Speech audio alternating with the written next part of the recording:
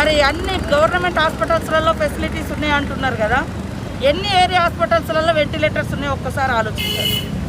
ఇవాళ మరి అందరినీ ప్రభుత్వ హాస్పిటల్లో బొమ్మంటున్నారు, సంతోషమే. కానీ మీరు ఎవరైనా, మనం ఎవరమైనా, ప్రజాప్రతినిధులు ఎవరైనా పోయి ట్రీట్మెంట్ తీసుకున్నామా? ముఖ్యమంత్రి గారు పోయిర్రా, కేటీఆర్ గారు పోయిర్రా, సంతోష్ రావు గారు పోయిర్రా, లేదా మంత్రులకు వచ్చింది ఎవరైనా పోయినరా?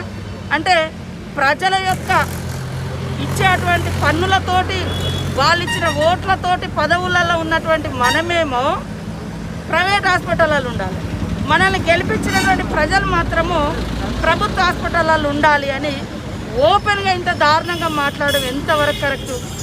ఇక ఇంకేమనంటే మేము మిగతా రాష్ట్రాల కంటే ఆదర్శంగా ఉన్నాం. పక్క రాష్ట్రాలు ఫ్రీ ట్రీట్మెంట్ ఇస్తున్నాయి, పక్క రాష్ట్రాలు కరోనా లాక్డౌన్ కాలానికి 4,000 6,000 ఇస్తున్నారు, కరువు భత్యం ఇస్తున్నారు. ఇది ఏమి ఇవ్వకుండా ఇంత మొండిగా ఎందుకు ఉంటుంది ప్రభుత్వం? అర్థం కాని పరిస్థితి ఉంది. దయచేసి ముఖ్యమంత్రి గారు ఫ్రీ ట్రీట్మెంట్ ఇవ్వండి లాక్డౌన్ కాలానికి. ఇలాంటి ఇంట్రెస్టింగ్ వీడియోస్ కోసం తప్పకుండా మా ఛానల్ని సబ్స్క్రైబ్ చేయండి.